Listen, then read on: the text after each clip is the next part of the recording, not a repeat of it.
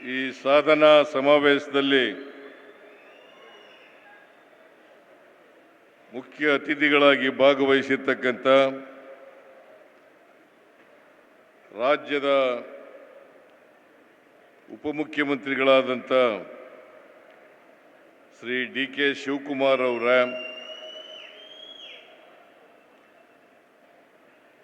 ಮಂಡ್ಯ ಜಿಲ್ಲೆ ಉಸ್ತುವಾರಿ ಸಚಿವರು, ಕೃಷಿ ಸಚಿವರು ಆದಂಥ ಶ್ರೀ ಚೆಲುವರಾಯ ಸ್ವಾಮಿ ಅವರ,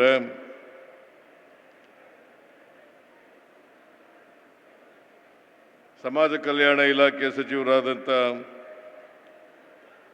ಡಾಕ್ಟರ್ ಎಚ್.ಸಿ. ಮಹದೇವಪ್ಪ ಅವರ, ಆರೋಗ್ಯ ಇಲಾಖೆಯ ಸಚಿವರಾದಂಥ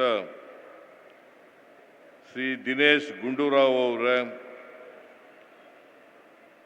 ಪಶುಸಂಗೋಪನಾ ಸಚಿವರಾದಂಥ ಶ್ರೀ ಕೆ. ವೆಂಕಟೇಶ್ ಅವರ, ಪೌರಾಡಳಿತ ಸಚಿವರಾದಂಥ ಶ್ರೀ ರಹೀಂ ಖಾನ್ ಅವರ, ಈ ಸಮಾವೇಶದ ಅಧ್ಯಕ್ಷತೆ ವಹಿಸಿರ್ತಕ್ಕಂಥ ಹಾಗೂ ಮದ್ದೂರು ವಿಧಾನಸಭಾ ಕ್ಷೇತ್ರದ ಶಾಸಕರು ಆದಂಥ ಶ್ರೀ ಉದಯ್ ಅವರ, ಮಂಡ್ಯ ವಿಧಾನಸಭಾ ಕ್ಷೇತ್ರದ ಶಾಸಕರಾದಂಥ ರವಿ ಗಣಿಗ ಅವರ, ವಿಧಾನ ಪರಿಷತ್ತಿನ ಸದಸ್ಯರಾದಂಥ ದಿನೇಶ್ ಗೂಳಿಗೌಡ ಅವರ, ಮೈಸೂರು ಸಕ್ಕರೆ ಕಾರ್ಖಾನೆಯ ಅಧ್ಯಕ್ಷರಾದಂಥ ಶ್ರೀ ಗಂಗಾಧರ್ ಅವರ, ಕಾಂಗ್ರೆಸ್ ಮುಖಂಡರಾದಂಥ ಶಿವಣ್ಣ ಅವರ, ವೇದಿಕೆ ಮೇಲಿರ್ತಕ್ಕಂಥ ಎಲ್ಲ ನಮ್ಮ ಕಾಂಗ್ರೆಸ್ಸಿನ ಮುಖಂಡರುಗಳೇ,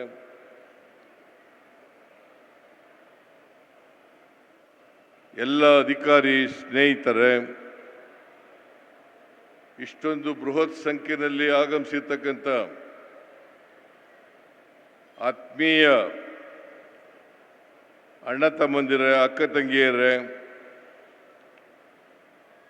ಮಾಧ್ಯಮದ ಗೆಳೆಯರೇ, ಇವತ್ತು ಮದ್ದೂರು ವಿಧಾನಸಭಾ ಕ್ಷೇತ್ರದಲ್ಲಿ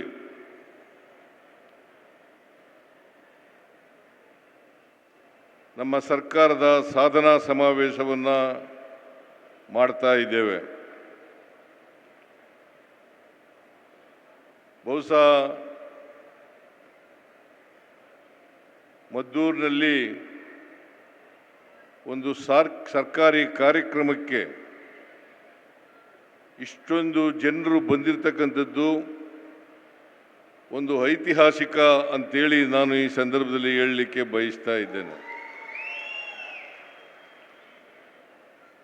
ಈ ಸಮಾವೇಶ ಇಷ್ಟೊಂದು ದೊಡ್ಡ ಪ್ರಮಾಣದಲ್ಲಿ ನಡೀಬೇಕಾದ್ರೆ ನೀವೆಲ್ಲರೂ ಕೂಡ ಕಾರಣಕರ್ತರು, ಅದಕ್ಕೆ ಮುಂದಾಳತ್ವವನ್ನು ವಹಿಸಿರ್ತಕ್ಕಂಥ ಶ್ರೀ ಉದಯ ಅವರು ಕೂಡ ಕಾರಣಕರ್ತರು.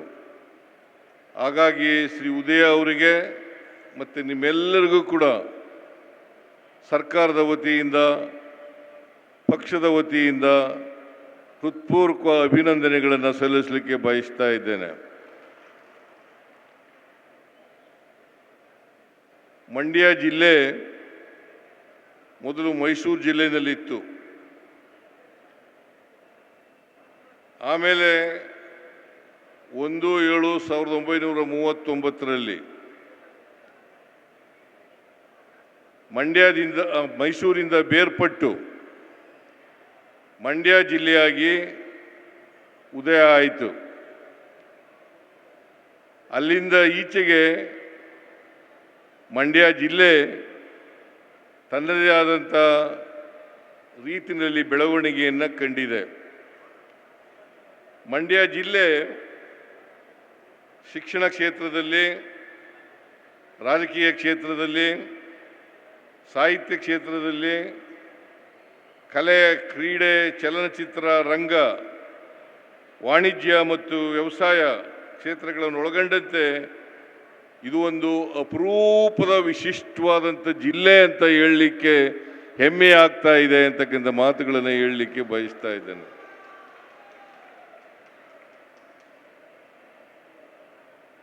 ಮಂಡ್ಯ ಜನರು ಸ್ವಲ್ಪ ಒರಟು ಸ್ವಭಾವದವರು, ಆದರೆ ಮನುಷ್ಯ ಮಾತ್ರ ಬಹಳ ಒಳ್ಳೆ ಮನುಷ್ಯ ಇರ್ತಕ್ಕಂಥ ಜನ ಮಂಡ್ಯದವರು ಅಂತಕ್ಕಂಥದ್ದು ಮಾತುಗಳನ್ನು ಹೇಳಲಿಕ್ಕೆ ಬಯಸ್ತೇನೆ.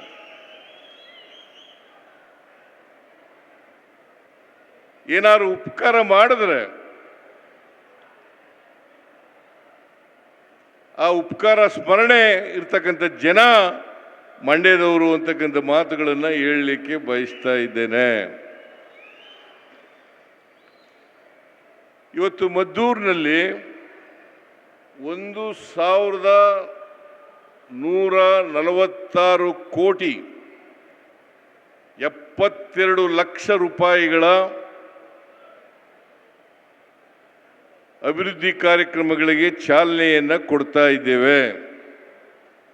ಶಂಕುಸ್ಥಾಪನೆ, ಉದ್ಘಾಟನೆ ಕಾರ್ಯಕ್ರಮ ನಡೀತಾ ಇದೆ. ಇಷ್ಟೊಂದು 1,000ಕ್ಕೂ ಹೆಚ್ಚು ಅಭಿವೃದ್ಧಿ ಕಾರ್ಯಕ್ರಮಗಳು ನಡೀತಾ ಇದ್ದಾವೆ ಅಂತಂದರೆ ಇದಕ್ಕೆ ಕಾರಣಕರ್ತರು ಯಾರು ಗೊತ್ತಾ? ನಿಮ್ಮ ಶಾಸಕರಾದಂಥ ಉದಯ ಅವರು ಅಂತಕ್ಕಂಥ ಮಾತುಗಳನ್ನು ಹೇಳಲಿಕ್ಕೆ ಬಯಸ್ತಾ ಇದ್ದೇನೆ. ನಾನು ಯಾಕೆ ಈ ಮಾತನ್ನು ಹೇಳ್ತಾ ಇದ್ದೀನಿ ಅಂತಂದರೆ, ಭಾರತೀಯ ಜನತಾ ಪಕ್ಷದವರು ಸುಳ್ಳು ಆರೋಪಗಳನ್ನು ಮಾಡ್ತಾರೆ. ಸಿದ್ದರಾಮಯ್ಯನವರ ಸರ್ಕಾರದಲ್ಲಿ ದುಡ್ಡಿಲ್ಲ,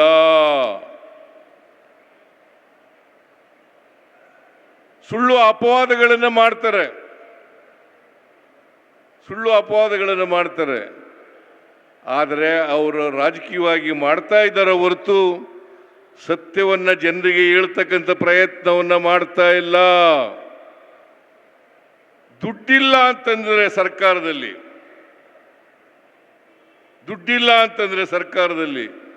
1,146 ಕೋಟಿ 72 ಲಕ್ಷ ಅಭಿವೃದ್ಧಿ ಕೆಲಸಗಳನ್ನು ಮಾಡಲಿಕ್ಕೆ ಸಾಧ್ಯ ಆಗ್ತಾ ಇತ್ತಾ?